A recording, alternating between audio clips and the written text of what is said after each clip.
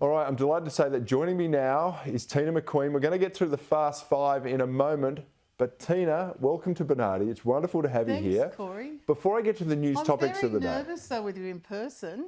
Well, my heart is going pitter-patter too, Tina. I've got to say, you've got fans in the Bernardi household, and I am one of them, as are so many of the viewers of this show, because I receive more correspondence about you, praising you on your courage, your vivacity, and I wanted stupidity. We have our critics, Tina, but I've never had that level at you. But I have to say, I'm intrigued. How did you end up becoming the Federal Vice-President of the Liberal Party and being able to talk about these things in such a forthright manner with such common sense? It's a huge challenge, isn't it? It's a battle. Every day it's a battle. It's a battle that I continue to fight. Of course, I'm elected by the representatives on Federal Council, so it is a vote every time, which is always touch and go. But I've been fortunate. I'm happy to represent the party. But I can say, look, not everybody is entirely happy with my appearances on Sky.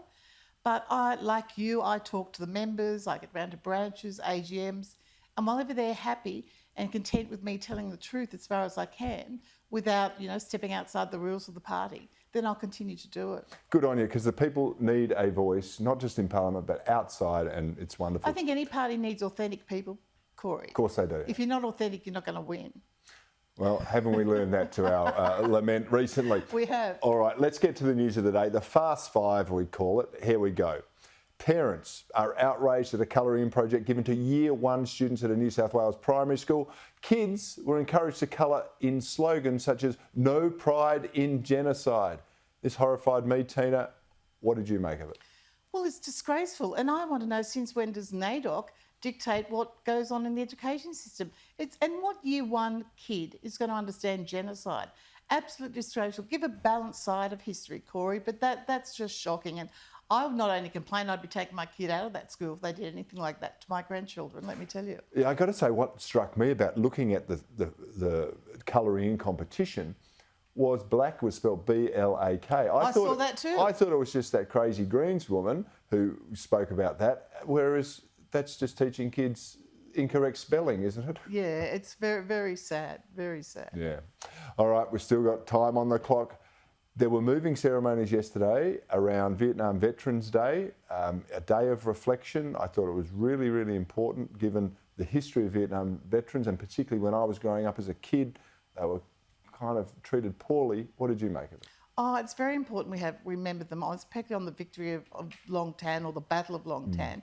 And I remember, I'm older than you, Cory, I actually remember visions of Vietnam that were embedded in me. And even now, I've been to Cambodia, a lot of countries around Vietnam. I can't go to Vietnam. I'm that scarred by it. And I've heard it's a beautiful country. My daughter has been. But I'm so triggered by it, I just can't make a visit to Vietnam.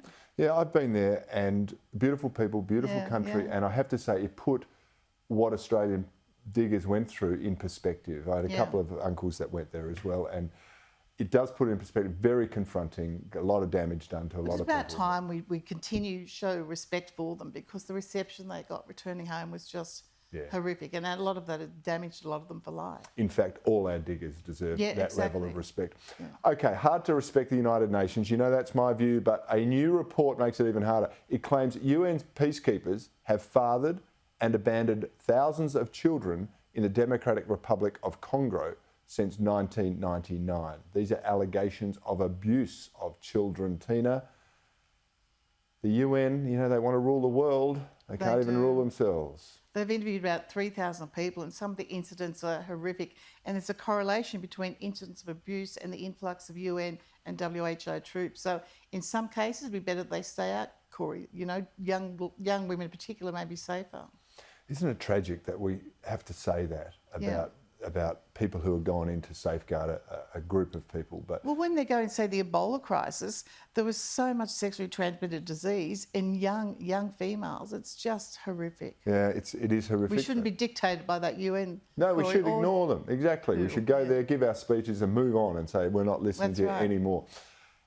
Another thing that the government seems to have ignored this week, Tina, the Australian economy actually shed 40,900 roles in July, when there were actually expectations of a 25,000 gain in job employment.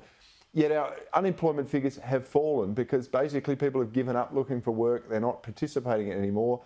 This should alarm the government, but it doesn't seem to, does it? No, it doesn't. And from what I hear, the job summit they're going to have is mainly to appease the unions and find out they want it, how many people they want brought in from overseas.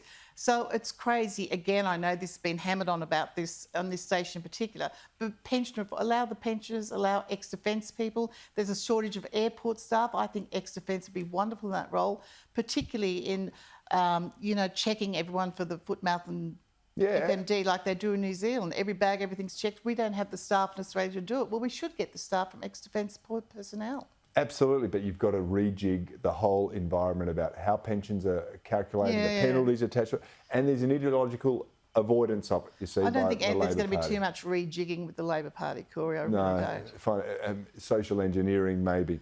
All right, let's go to one of my favourite subjects. That's the Trump train. It's coming in 2024.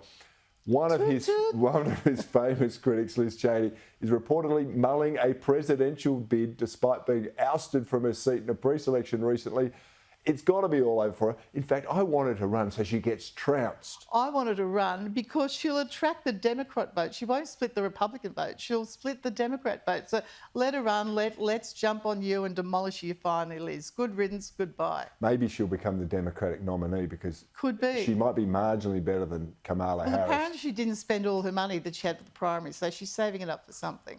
They can do just incredible things. Tina, we have waltzed through the 5 news segments of the day. So let's go back to you. Oh, yep. Right? This show is called Bernardi. It should be about me, but you are actually more interesting than I am. Do you ever see yourself pursuing a political role? No. Why? I'm too old. No, it's a wrong attitude. No, only because I have grandchildren and they take priority over everything at the moment. And I think you have more freedom sometimes moving the pieces on the chessboard than being, a piece yourself on the chessboard, That's a very interesting thing because I've often had that discussion with people that when you're in politics, particularly organised politics, sometimes you can be constrained. Yes. And when you break out of those constraints, it doesn't always go to plan. I'm testimony to that. That's right. But external influences, whether they be lobby groups, the little platoons that I spoke about last week, can make that difference. And I'd like to make sure now that we will have pre-selections, there's no question about that, unlike than before the federal election, and to ensure we have good, solid Conservative candidates. I'm focusing on that, Cory, to bring the party back where it should be. Yeah. A lot of people in the party aren't going to like that, but too bad. That's where we need to be to win. We've got to get rid of the power silos that distance people from... And that's happening. That's happening. Good on you. More strength to your arm. It's great to have you in the studio. It's good for me to be in the studio. Tina McQueen, ladies and gentlemen, she's one of your favourites.